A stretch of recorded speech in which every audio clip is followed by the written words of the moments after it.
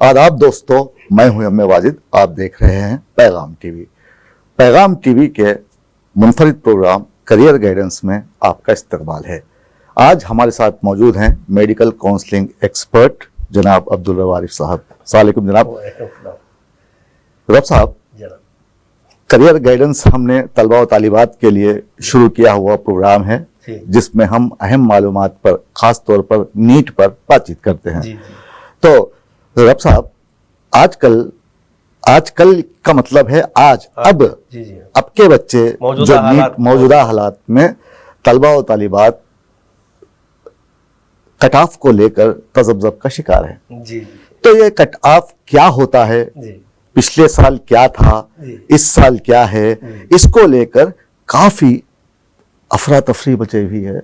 लोग सनसनीखेज बयानात दे रहे हैं, अजीब व गरीब बयानात आ रहे हैं। कोई कहता है 380, कोई कहता है 400, कोई कहता है उससे कम, कोई कहता है उससे ज्यादा। तो इसको हम किस नजरिए से लें और आप इस ताल्लुक से क्या कहने वाले हैं? क्योंकि हमने हमेशा देखा है आपने जो फिगर्स दिए थे वो हमेशा सही साबित हुए हैं।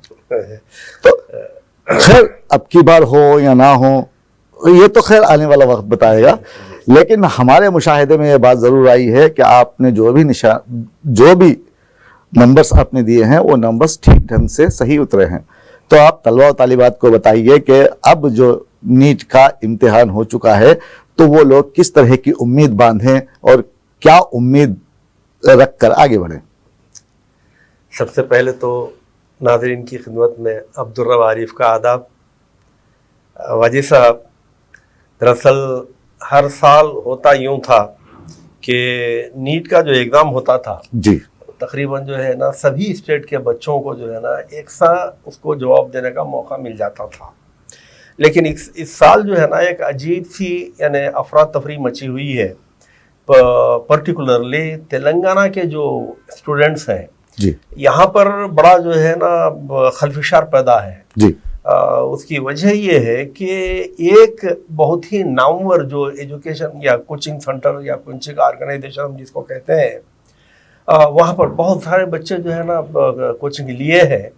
तो एग्जाम पर्टिकुलरली बायोलॉजी जी, बायोलॉजी जो सब्जेक्ट है, बॉटनी और जूलॉजी, उसको जिस पैटर्न को जहन में रखकर बच्चों को समझाया गया, उससे जो है ना इस बार तेलंगाना यानी नीट का जो एग्जाम आया है जी, वो टोटली जो है ना हटकर आया है।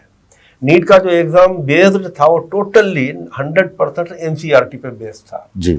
और ये लोग यहाँ के बच्चों का कहना है, जो उस कोचिंग सेंटर के जो बच्चे, उनका कहना है कि उनको जो है ना एनसीईआरटी से हटकर बहुत ज्यादा जो है ना समझाया गया। अच्छा। और फिर बॉटनी और जूलॉजी में सब्जेक्टिव क्वेश्चन बहुत ज्यादा आए हैं। तो दूसरा अच्छा, फिर हैदराबाद सिकंदराबाद कहीं नहीं बल्कि तेलंगाना के डिस्ट्रिक्ट से बच्चे मुझे जब फोन कर रहे हैं, कोई बच्चे कहते हैं कि 60-600 के करीब हमारे को आएंगे सर, कोई कहते हैं कि 580। कल ही एक बच्ची कामारेड्डी से फ़ोन की थी, बता रही कि साहब 620 का मेरा कैलकुलेशन है। अच्छा। तो डिस्ट्रिक्ट के जो बच्चे हैं वो अच्छा लाए हैं यानी वो उनका ख्याल यानी मतलब वो जो दे रहे हैं एक्सपेक्टेड मार्क्स वो अच्छे हैं। हैदराबाद में एक बड़ा मसला हो गया है कि जो अदर ऑर्गेनाइजेशन हैं, जो दो इंस्टीट्यूशन है, उनके बच्चे कह रहे हैं कि साहब अच्छा गया है। और जो यानी मैंने अभी वो कहा कि खास तौर से वो जो कोचिंग सेंटर, वो बच्चे कह रहे हैं कि साहब हमारा बायोलॉजी बिल्कुल तबाह-ताराज हो गया, क्योंकि वो जरा तवील सवाल थे। हाँ, होता क्या है दरअसल कोचिंग में, और होता भी यही है कि पहले बच्चों को कहा जाता है कि आप पहले बायोलॉजी को अटेंड कर लो जी, क्योंकि आसान सब्जेक्ट है। अच्छा, फिर उसके बाद में आप केमिस्ट्री करो, उसके बाद में टफ जो सब्जेक्ट है वो फिजिक्स है, उसको करो। इस बार हुआ क्या मालूम है, बच्चे बायोलॉजी को जब अटेंड करना शुरू किए तो उलझ के रह गए जी। इसलिए उलझ के रह गए कि क्वेश्चन बड़े लेंदी थे, हालांकि आसान थे। अच्छा, दूसरे स्टेट के जो बच्चे हैं ना, वो लोग यही कह रहे हैं कि बायोलॉजी हमारे लिए बहुत ईजी था, सब्जेक्टिव था, लेंदी था, लेकिन हम पूरे जो है 80% तक करे हैं। तो रब साहब, ये लेंदी था से मुराद क्या है कि बच्चों को समझ में नहीं आया? टाइम लग गया, समझ में आया लेकिन उसको समझने में टाइम लग गया, पढ़ के समझने में टाइम लग गया। तो अब इनके पास मिसाल के तौर पे एक सवाल का इस साल जो है ना 1 मिनट 15 सेकंड का जो है ना टाइम मिला था इनको करने के लिए। अगर वो एक एक सवाल पे 3-3 मिनट 4-4 मिनट खर्च कर देंगे तो बायोलॉजी में इनका पूरा टाइम खत्म हो जाएगा। एक्चुअली मैंने सवाल आपसे इसलिए किया था साहब क्योंकि मैंने बारहा देखा है यहाँ के जो तलबा हैं तेलंगाना के वो इंग्लिश में थोड़ा कमजोर होते हैं तो लेंथी सवाल को देखकर थोड़ा सा परेशान हो गए होंगे। बहरहाल क्या है अल्लाह को मालूम। बहरहाल इस वक्त जो है ना यूं कहिए कि भैंस पानी में है जी।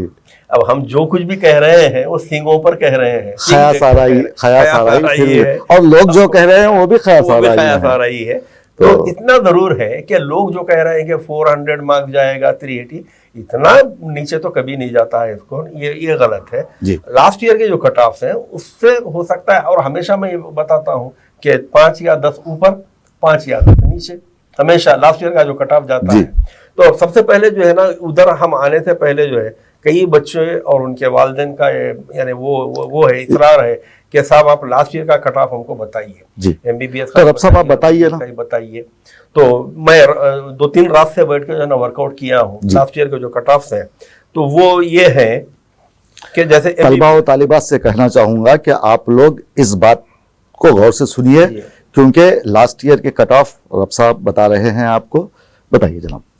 लास्ट ईयर का जो ए कैटेगरी कन्वेनर कोटा हम जिसको कहते हैं, ए कैटेगरी का जो कट ऑफ गया है, कट ऑफ से माने ये है कि जो फाइनल मार्क ऑफ राउंड में जो आखिरी कैंडिडेट एडमिट होता है जी, उसके जो मार्क्स या रैंक होता है उसको हम कट ऑफ कहते हैं, उसको कट ऑफ कहते हैं। उसके बाद तो उसके बाद में कोई एडमिशन नहीं होता है, उसके बाद में कोई नहीं होता है। तो उसमें जो है ना गवर्नमेंट जो हमारे मेडिकल कॉलेज हैं जो 10 हैं, मतलब 9 जो है ना स्टेट के हैं और एक ESI है, तो उसका जो है ना वैसे बाद अगर कॉलेज वाइज भी बच्चों को चाहते हैं तो बाद में मैं दूंगा।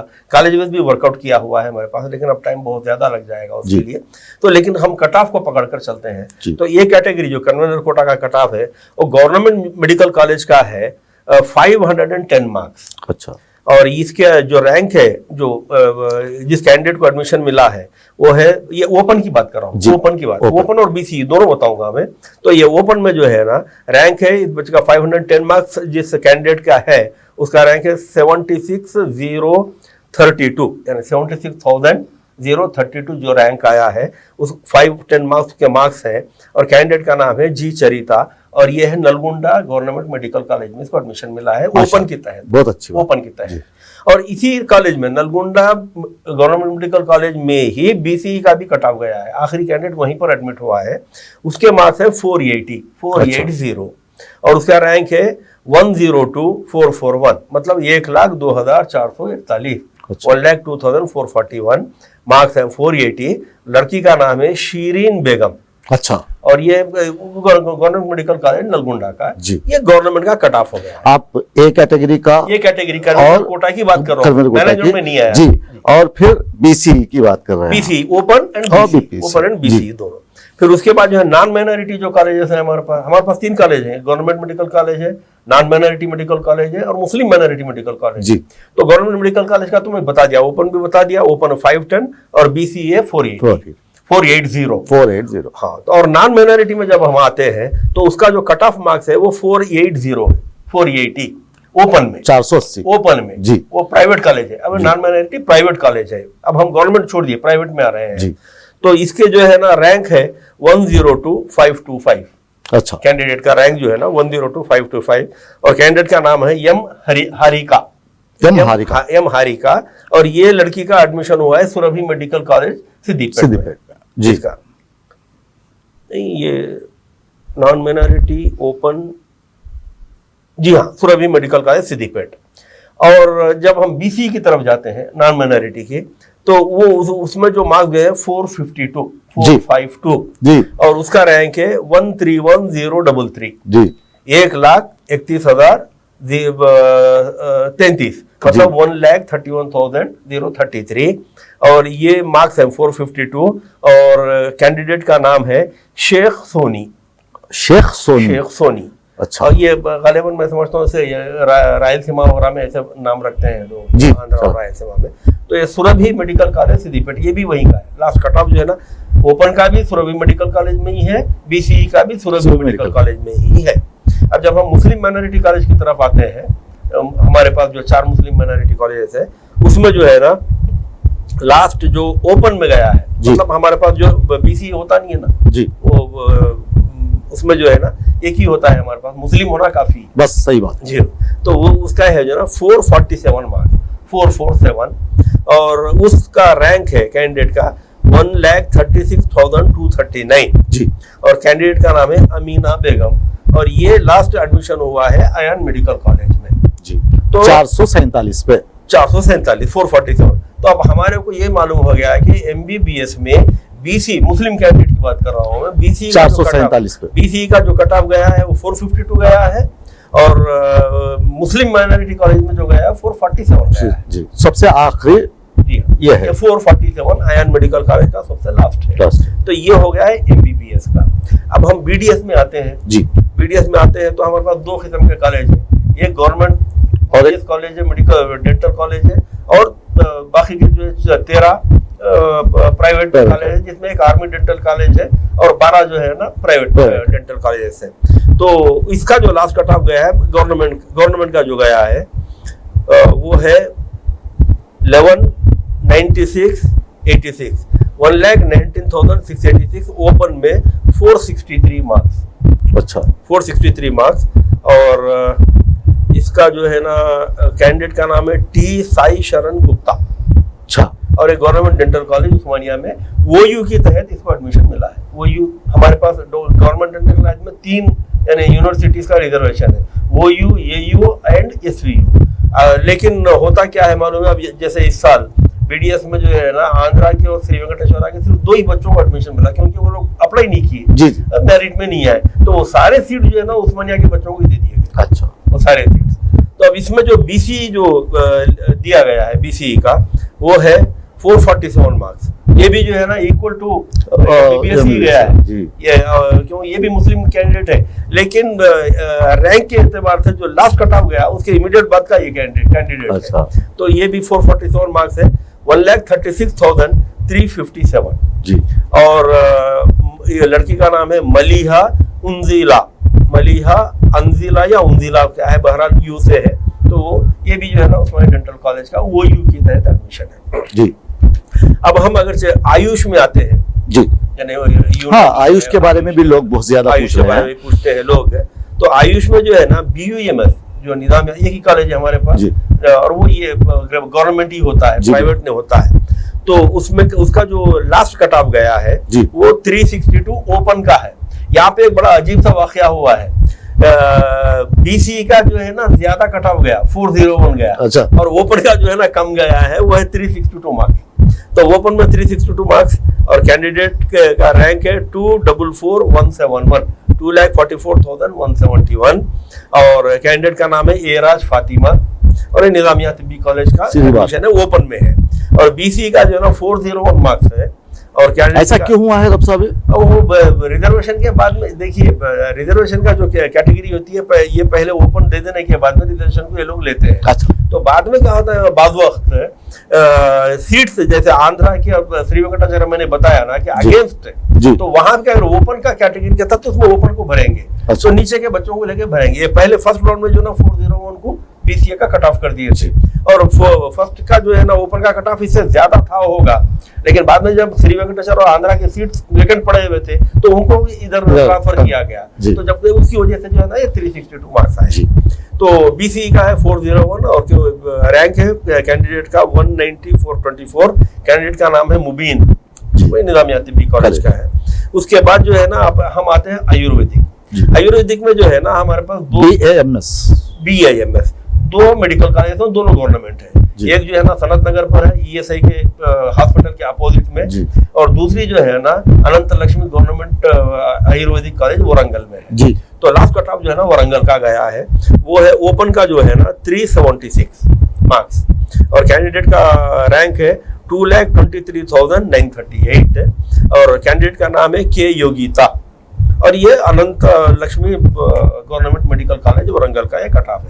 इसी का जो है ना अब हम यानी आयुर्वेदिक का बीसी का कट ऑफ जो है ना हैदराबाद का कम गया है। अच्छा। तो उसमें जो है ना मार्क्स है 409 और कैंडिडेट का रैंक है 180,369 180369 और कैंडिडेट का नाम है आलिया समरीन। अच्छा। और इस लड़की को BRKR government Ayurvedic college Hyderabad जो सनत नगर में है उसको मिला है। अच्छा। तो BC का ये कट ऑफ है, ओपन का जो है ना वरंगल में ये कट ऑफ है। अब उसके बाद में हम आते हैं होम्योपैथी में। होम्योपैथी का जो गवर्नमेंट का जो कट ऑफ है, होम्योपैथी में 2 होते हैं, गवर्नमेंट भी होता है, प्राइवेट भी होता है। तो 3 जो हमारे कॉलेज यानी कोर्सेस है, यूनानी, आयुर्वेदिक और नहीं नेचुरोपैथी, ये पूरे के पूरे गवर्नमेंट ही है, इसमें प्राइवेट भी नहीं, सिर्फ होम्योपैथी में प्राइवेट है। तो इसका जो है ना होम्योपैथी में आते हैं तो इसके मार्क्स है 377 ओपन के, ओपन कैटेगरी के, और रैंक है 2,22,925। कैंडिडेट का नाम है मोहम्मद यासर। अच्छा। और ये गवर्नमेंट मेडिकल कॉलेज जो रावंतापुर में है ना उसका कट ऑफ है ये। और BC में अगर हम जाते हैं और इसको कहते हैं JSPS कहते हैं, गवर्नमेंट का जो कॉलेज है। अच्छा। उसको JSPS रावंतापुर में जो टीवी स्टेशन के बाजू में वहाँ तो ये इसके जो BC का कट ऑफ है वो 385 और इसका रैंक है 2,11,623 कैंडिडेट का, और कैंडिडेट का नाम है मुस्तफा जरार अहमद। अच्छा। ये गवर्नमेंट होम्योपैथी कॉलेज का है। प्राइवेट में जब हम आते हैं तो प्राइवेट का जो कट ऑफ गया है 310 मार्क्स, बस 310 ओपन का, और ये है 3,26,968 कैंडिडेट का रैंक है। अच्छा। और कैंडिडेट का नाम है M उदयश्री, और ये हमसा मेडिकल कॉलेज सिद्दीपेट में इसको एडमिशन मिला है। ये होम्योपैथी की प्राइवेट की बात कर रहा हूँ, ओपन की। और इसके बाद में जब हम यानी BCE के लिए आते हैं, BCE में जो है 293 मार्क्स है। अच्छा। और कैंडिडेट का रैंक है 3,56,994। आई रिपीट क्योंकि मैं गलत बोल दिया था, 3,56,994 रैंक है कैंडिडेट का, मार्क्स है 293, और कैंडिडेट का नाम है अस्मा नबीला। अच्छा। और ये जीवा होम्योपैथी कॉलेज जो शमशाबाद में उसमें एडमिशन मिला है। अच्छा। ये लास्ट रैंक है। अब फिर उसके बाद में अब हम नेचुरोपैथी में आते हैं। नेचुरोपैथी की भी एक ही गवर्नमेंट नेचुरोपैथी कॉलेज एक ही नेचुरोपैथी है, गवर्नमेंट है वो। तो उसका जो रैंक है वो है पहले मार्क्स बोल देता हूँ मैं, ये है 257 मार्क्स, और रैंक है 4,26,226 जी, और नाम है कैंडिडेट का N प्रमीथा। अच्छा। तो ये ओपन का है, 257 मार्क्स, रैंक 4,26,226, और कैंडिडेट का नाम है N प्रमीथा। और ये नेचुरोपैथी जो बलकमपेट में हमारी नेचुरोपैथी है ना उसमें वहां पे मिला है। और इसमें BCE का जो लास्ट कट ऑफ गया है उसके मार्क्स है 187। अच्छा। 187 मार्क्स से कैंडिडेट को मिला है, और वो कैंडिडेट का रैंक है 5,96,821। 5,96,821। कैंडिडेट का नाम है सानिया रहमान। अच्छा। और वही गांधी नेचुरोपैथी गवर्नमेंट कॉलेज का है। अब मैनेजमेंट कोटा में आते हैं, कई लोगों का बी कैटेगरी में मैनेजमेंट कोटा होता है कि गवर्नमेंट मेडिकल कॉलेज में या डेंटल कॉलेज में जो है ना मैनेजमेंट कोटा होता नहीं है, तो प्राइवेट में होता है। तो अब ये जो अब गवर्नमेंट की बात को आप हटा ही दिया, अब यहाँ पे हम छोड़ के हम सिर्फ प्राइवेट की बात। अब प्राइवेट में जो है ना MBBS में जो है ना 2 किस्म की सीट है, एक नॉन माइनॉरिटी है और एक माइनॉरिटी है। तो उसका जो कट ऑफ गया है बी कैटेगरी और C कैटेगरी है। बी कैटेगरी जो है ना लोकल कैंडिडेट्स के लिए, C कैटेगरी NRIs के लिए है। तो NRIs भी हमारे बी कैटेगरी में आते हैं, तो प्रोवाइडेड उनके पेरेंट्स का जो ना 10 लाख आगे चले वो तो हमने बता दिया वो है उसको। तो अब इसमें जो है ना लास्ट यानी मैं नॉन माइनॉरिटी की बात कर रहा हूँ, private college last open category यानी बी कैटेगरी जी, उसमें है 399। अच्छा। बी कैटेगरी में कोई रिजर्वेशन नहीं होता, जैसे शेड्यूल कास्ट है, BC है, ये कुछ नहीं होता है, पैसा देना है as per merit. As per नहीं, बी कैटेगरी में as per merit, C category में पैसा देना है। अच्छा। तो वो NRI का है। तो इसमें भी जो है ना बी कैटेगरी में जो मैनेजमेंट कोटा इसमें पैसा देने की जरूरत नहीं है, पैसा तो देंगे आप, लेकिन 4 लाख देंगे, 12 लाख देंगे, नहीं वो तो 1 करोड़ की सीट हो रही है ना। नहीं वो पैसा तो बहुत ज्यादा है ना बी कैटेगरी का, उसकी बात कर रहा। तो बी कैटेगरी में जो है ना लास्ट जो नॉन माइनॉरिटी कॉलेज में गया है वो रैंक है 399 जी, सॉरी मार्क्स है 399। 399 एक कम 400 मार्क्स है और इसका ये कैंडिडेट का रैंक है 193,252 1,93,252 और कैंडिडेट का नाम है भुकिया प्रियंका और सुरभि मेडिकल कॉलेज सिद्दीकपुर में एडमिशन मिला है एमबीबीएस में। और अब हम सी कैटेगरी में आते हैं, नॉन माइनॉरिटी की, जो एनआरआई कोटा है तो उसके जो है ना मार्क्स है 108 जी और रैंक है 9,108 मार्क्स। क्योंकि देखिए बीसी नहीं है, सी कैटेगरी जो एनआरआई कोटा है ना वो कैटेगरी। तो आपको मैं इससे पहले भी बताया था कि जब आयुर्वेदिक का आयुष के जब वो होते हैं एडमिशन शुरू होते हैं तो हमारा कट ऑफ जो है मिनिमम क्वालिफाइंग मार्क्स को कम कर दिया जाता है। तो इस साल जो है ना 138 से 110 कर दिया गया था, लेकिन सी कैटेगरी को एग्जम्पशन दिया जाता है तो क्योंकि सीट खाली नहीं जाए तो 108 मार्क्स जिसका क्या रैंक है 9,23,784 और कैंडिडेट का नाम है के भुवनेश्वरी गौड़। अच्छा। और इस कैंडिडेट को मिला है चलमेड़ा आनंदराव मेडिकल कॉलेज करीमनगर में जी। ये एनआरआई की तहत सी कैटेगरी में जी, गवर्नमेंट कॉलेज नहीं एनआरआई प्राइवेट मेडिकल कॉलेज चलमेड़ा। ये मैनेजमेंट में गवर्नमेंट कॉलेज नहीं है हमारे। अब उसके बाद हम मुस्लिम माइनॉरिटी कॉलेज में जो हमारे 4 हैं उसमें आते हैं तो उसमें जो है ना बी कैटेगरी में मिला है 342 मार्क्स है कैंडिडेट के 342 मार्क्स है और उसका रैंक है 474,377। अच्छा 474,377। कैंडिडेट का नाम है सिद्दीकी निशात आसिफ। 3 नाम हो गए ना साहब। आजकल नामों का तो एक आजब फैशन है। चलिए ठीक है। और ये है आयन मेडिकल कॉलेज में जी। इस लड़की को आयन मेडिकल कॉलेज में मिला है और सी कैटेगरी में जो है ना 117 मार्क्स 117 मार्क्स के कैंडिडेट को मिला है एनआरआई के जो कैंडिडेट उनको और उसका रैंक है 867,103 8,67,103 और कैंडिडेट का नाम है मोहम्मद नजीरुद्दीन मुजम्मिल। मोहम्मद नजीरुद्दीन मुजम्मिल और ये दक्कन मेडिकल कॉलेज में मिला है। अब हमारे पास एक एक्सक्लूसिव है ना सिर्फ लड़कियों के लिए वीआर के वुमेन्स मेडिकल कॉलेज बिल्कुल है तो उसका भी जो है ना मैं बता देता हूँ तो वो है बी कैटेगरी में 348 मार्क्स। अच्छा। और इसका रैंक है इस लड़की का 265,345 अच्छा 2,65,345 जी। लड़की का नाम है तबस्सुम अली बेग और ये वो वीआर के वुमेन्स मेडिकल कॉलेज का है। और इसी का जो है ना सी कैटेगरी जो एनआरआई कोटा है उसमें जो है ना एडमिशन लास्ट में कैंडिडेट लड़की को मिला है वो 125 मार्क्स। अच्छा 125 मार्क्स नहीं सी कैटेगरी एनआरआई जिसको हम कहते हैं और वो कैंडिडेट का रैंक है 8,27,418। अच्छा 8,274,18 जी। ये कैंडिडेट और कैंडिडेट का नाम है शेख समीरा। अच्छा और बिहार के मेडिकल कॉलेज का। अब इससे हटके हम बीडीएस में आते हैं जी।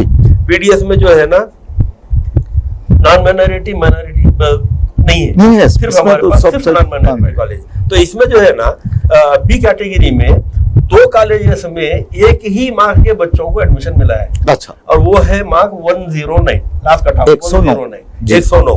तो ये जो है ना ममता खम्मम में मिला है और ये जो है ना कामिनी नारकेटपल्ली में मिला है। ममता मेडिकल कॉलेज में ममता डेंटल कॉलेज में जिसका लड़की को मिला है उसका नाम है एम लिखिता जी। मार्क्स 109 और उसका रैंक है 9,15,729 जी। और कामिनी नारकेटपल्ली में जिस लड़की को बी कैटेगरी में जो मिला है उसके उस कैंडिडेट का नाम है एस साजिद अहमद। अच्छा एस साजिद अहमद मार्क्स 109 और उसका उस कैंडिडेट का रैंक है 9,14,814 9,14,814। अब इसी में जो है ना हम सी कैटेगरी में आते हैं बीडीएस का तो उसमें जो है ना लास्ट कट ऑफ है 108। अच्छा एम्बुलेंस का नंबर है जी 108 और रैंक है 9,20,039 जी 92,0039। कैंडिडेट का नाम है सुफिया फातिमा और इस कैंडिडेट को मिला है श्री साई डेंटल कॉलेज जी। ये सी कैटेगरी की तहत। तो उसके बाद में बीएचएमएस का हमारे पास जो है ना रिकॉर्ड मैनेजमेंट का डिस्प्ले नहीं किया है।